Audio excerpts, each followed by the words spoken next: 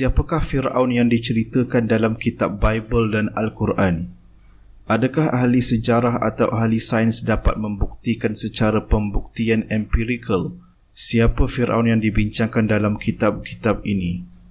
Dalam siri ini, kami akan membongkarkan pandangan ahli agama, ahli sejarah dan ahli sains tentang siapakah identiti yang dikenali sebagai Fir'aun yang dinyatakan dalam kitab Bible dan Al-Quran.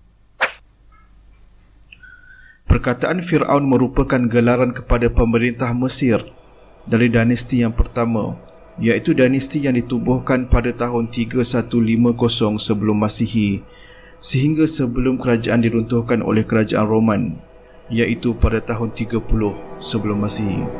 Namun, perkataan Fir'aun yang menggantikan gelaran raja hanya digunakan secara meluas pada zaman pemerintahan Fir'aun Merenpetah, iaitu sekitar tahun 1200 sebelum Masihi. Walaupun kisah Nabi Musa dengan Fir'aun mempunyai banyak persamaan di dalam kedua-dua kitab ini, tetapi perincian kisahnya adalah berbeza di antara kitab Bible dan Al-Quran. Para ilmuwan Kristian mengatakan bahawa Ramses kedua merupakan Fir'aun zalim yang memerintah Mesir di zaman Nabi Musa. Ini disebabkan telah dinyatakan dalam Bible di mana rakyat Mesir telah ditindas dan dipaksa bekerja sebagai hamba untuk membina kota Pithom dan Ramses. Telah dinyatakan dalam Bible, iaitu di buku Keluaran, bab 1 pasal 11. Oleh itu, orang Mesir melantik beberapa orang pengerah abdi untuk menindas orang Israel dengan kerja paksa. Orang Israel dipaksa membina kota Pithom dan Ramses yang dijadikan pusat penyimpanan perbekalan bagi Raja Mesir. Kitab Bible menerangkan lagi peristiwa yang terjadi di mana Nabi Musa membawa Bani Israel melarikan diri dan merentasi lautan, dan kemudiannya pasukan berkuda Fir'aun ditenggelamkan air seperti yang dinyatakan dalam buku Keluaran bab 14 pasal ke-28.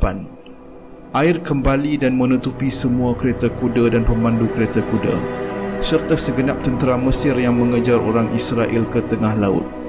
Tiada seorang pun tentera Mesir yang terselamat.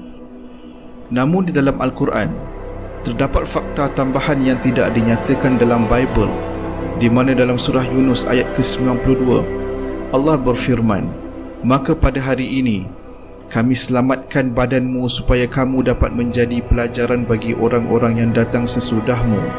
Dan sesungguhnya, kebanyakan dari manusia lengah dari tanda-tanda kekuasaan kami." Pada tahun 1975, Dr. Maurice Bucaille, iaitu seorang doktor perubatan Perancis, telah membuat kajian lapangan terhadap dua mamia yang dikaitkan oleh ahli pengkaji sejarah dengan kisah Nabi Musa dan Fir'aun. Mengikut pandangan Dr. Maurice Bucaille, terdapat dua Fir'aun yang memerintah ketika zaman Nabi Musa, iaitu Ramses kedua dan penggantinya Merenpetah.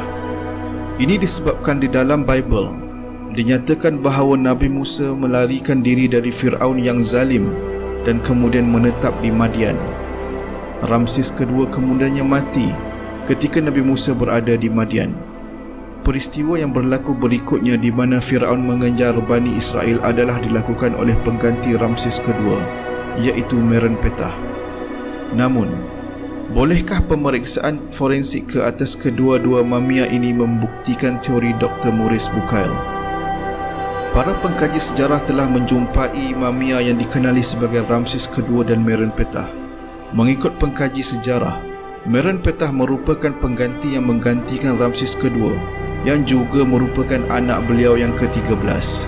Merenpetah dikatakan memerintah Mesir dari tahun 1213 sehingga 1203 sebelum Masihi.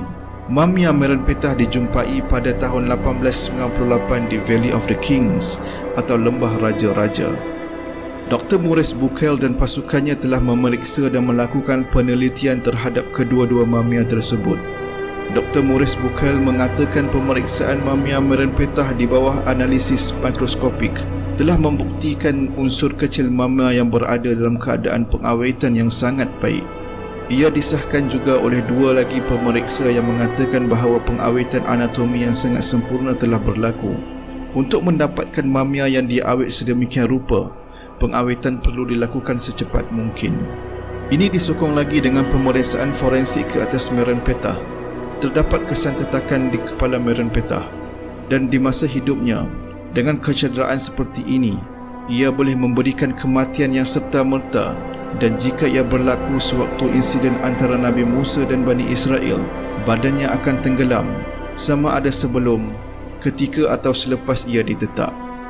Apa jua kesnya, Meren Petah tidak mungkin berada dalam air buat masa yang lama kerana pengawetan sempurna perlu dilakukan. Jadi kesimpulan yang diambil oleh Dr. Maurice Bucaille setelah memeriksa kedua-dua mamia adalah Ramses II dan Meren Petah merupakan Fir'aun yang hidup sezaman dengan Nabi Musa. Insiden merentasi lautan yang berlaku antara Nabi Musa, Bani Israel dan Fir'aun berlaku pada zaman Meren Petah. Kesimpulan ini adalah bertepatan dengan ayat Al-Quran dalam surah Yunus ayat ke-92. فَالْيَوْمَ نُنَجِّيكَ بِبَدَنِكَ لِتَكُونَ لِمَنْ خَلْفَكَ آيَةً وَإِنَّ كَثِيرًا مِنَ النَّاسِ عَنْ آيَاتِنَا لَغَافِلُونَ. Dr. Maurice Bucaille yang sebelum ini telah menghabiskan masa mempelajari bahasa Arab kerana ingin tahu berkenaan kaitan antara kitab-kitab agama seperti Bible dan Al-Quran dengan fakta sains, telah menerima Islam sebagai agamanya selepas memeriksa kedua-dua mamia ini. Menurut hematnya, tidak mungkin manusia boleh menceritakan tentang pengawetan mamia di zaman Nabi Musa dengan tepat dan sangat terperinci.